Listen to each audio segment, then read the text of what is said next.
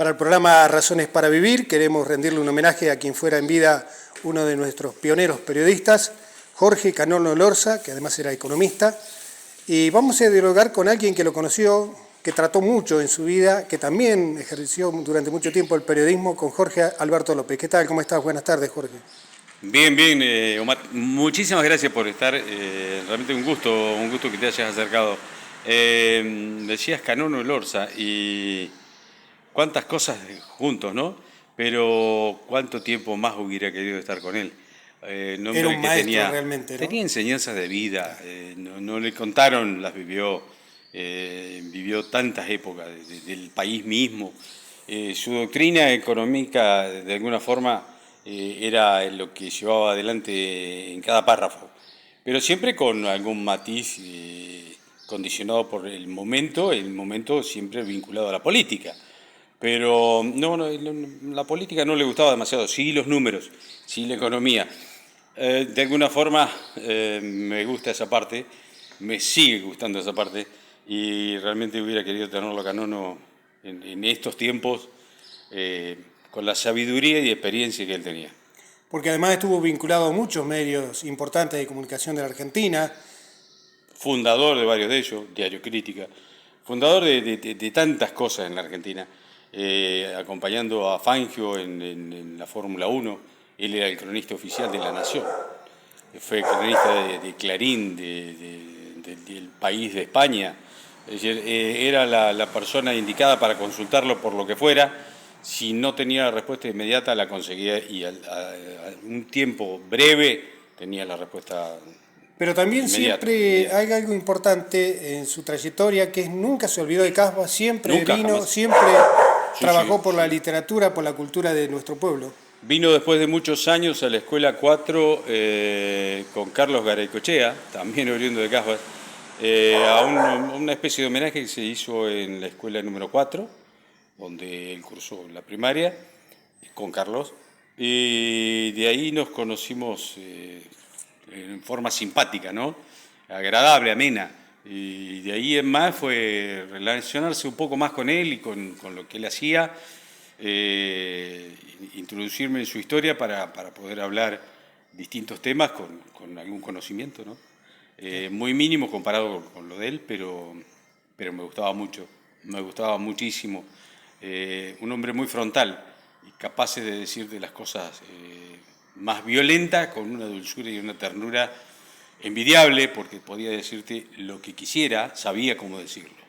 Y en este homenaje que le vamos a rendir en nuestro programa Razones para Vivir, que se emite a través del aire de FM Casba 98.7, vamos a rescatar varios capítulos de uno de sus libros que quizás no tuvo tanta trascendencia o distribución, que lo escribió a pocos días antes del centenario de la ciudad de Casbas. Fue un homenaje para el centenario. Claro. ¿Sí? Él quiso participar con lo que él sabía hacer, escribir y dejar vivencias escritas. Pero hay mucha riqueza en ese trabajo literario, por eso que lo vamos a compartir con la audiencia, quizás para que se conozca un poco más lo que significaba el Casbas de sus comienzos, porque arrancamos de la parte donde comienza la campaña al desierto, brevemente explicada, después cuando se fundan determinadas instituciones casbenses, y cerramos con la última parte que él escribió en este libro, que tiene ya relación con los gobiernos municipales más actuales, ¿no? Cae ya de por medio, ¿no? Porque él la tenía toda para jugar abiertamente en cualquier lugar. Pero vos hace poco tuviste una filmación y mencionabas la zanja de Alsina, algo que merece un reconocimiento y tal vez una reconstrucción de una parte para saber cómo era. Yo en algún momento me ofrecí, allí Pono Iriar quedó encargado del resto, veremos qué sucede, porque la verdad que tenemos la zanja de Alsina ahí nomás. Es verdad. Y los chicos obviamente no saben ni de qué se trata, ni quién era Alsina. Así que tenemos que explicarle, esa es nuestra función. Digo, la falla que hemos tenido los grandes, que los chicos no saben, es porque nosotros no se lo explicamos, no se lo contamos, no lo vivenciamos, ellos no tienen la experiencia de saber qué era. Claro. Ni que era un malón, ni que eran los indios, ni nada. Por eso es bueno rescatar parte de la obra de este hombre, porque sí, claro, en esta obra él rescata muchos aconteceres, sí, que por ahí quedaron olvidados en el paso del tiempo y a través de la literatura aún están vigentes, ¿no? Voy a releer el libro porque realmente hay cosas que ya ni siquiera me acuerdo. Claro. Pero sí, un gusto, un gusto.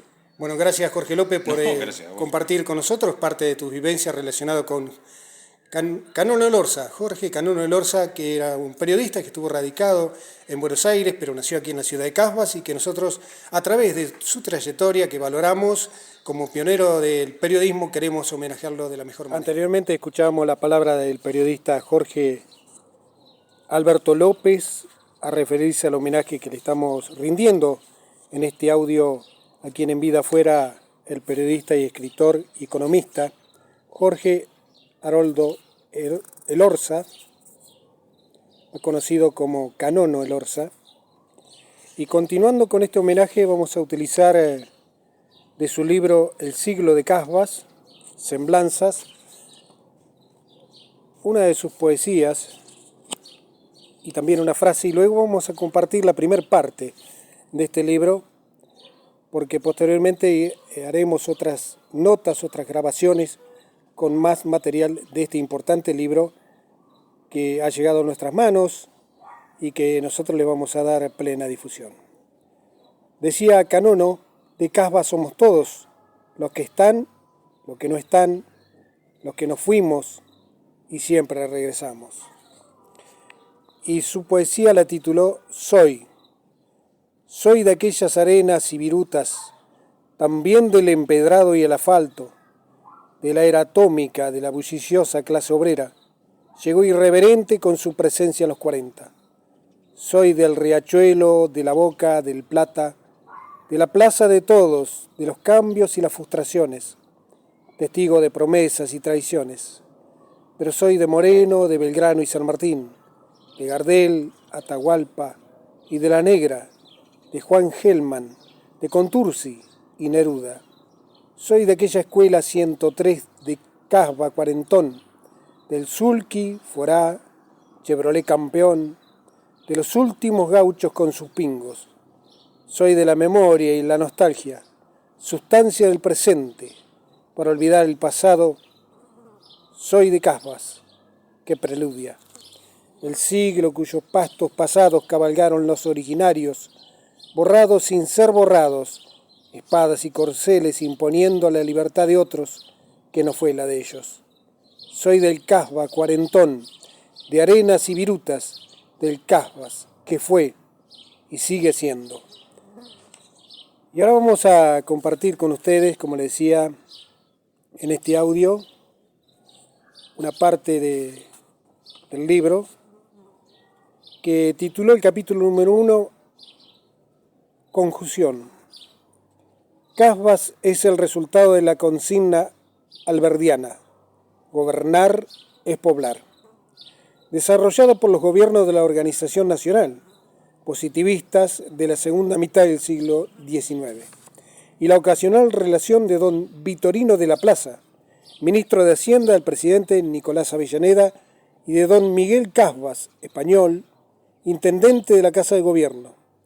Aquella política y esta amistad promovieron el viaje de Casbas a esta zona, con el respaldo sobresaliente del comandante de frontera, Julio Argentino Roca, quien recomendó al viajero al teniente coronel Freire, fundador de Guaminí y jefe del destacamento ubicado que es la comisaría.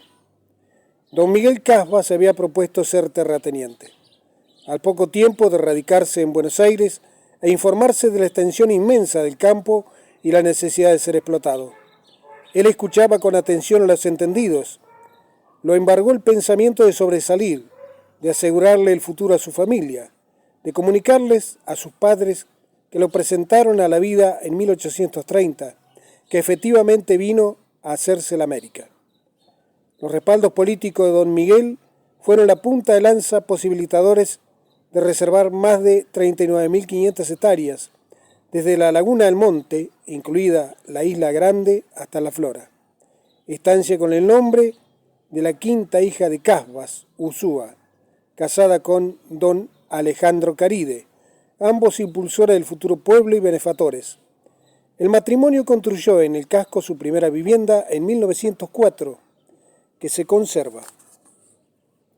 Al retornar a Buenos Aires y contar sus experiencias en el oeste de la provincia, de haber observado la zanja, esa obra ilusoria hecha a construir al ingeniero Evelot por el ministro de Guerra Adolfo Alsina, de haber avistado a lo lejos a los originarios ya en retirada en 1878, don Miguel comenzó a sentirse otro gaucho, pero con tierras. El ministro Vitorino de la Plaza lo recibió con una buena noticia. La ley 947 sobre venta de tierra ha sido promulgada y ambos la tenían elegidas. Las del ministro se incorporaron a la historia con su nombre, el mismo del pueblo vecino a Casbas, y la del intendente también se perpetúa.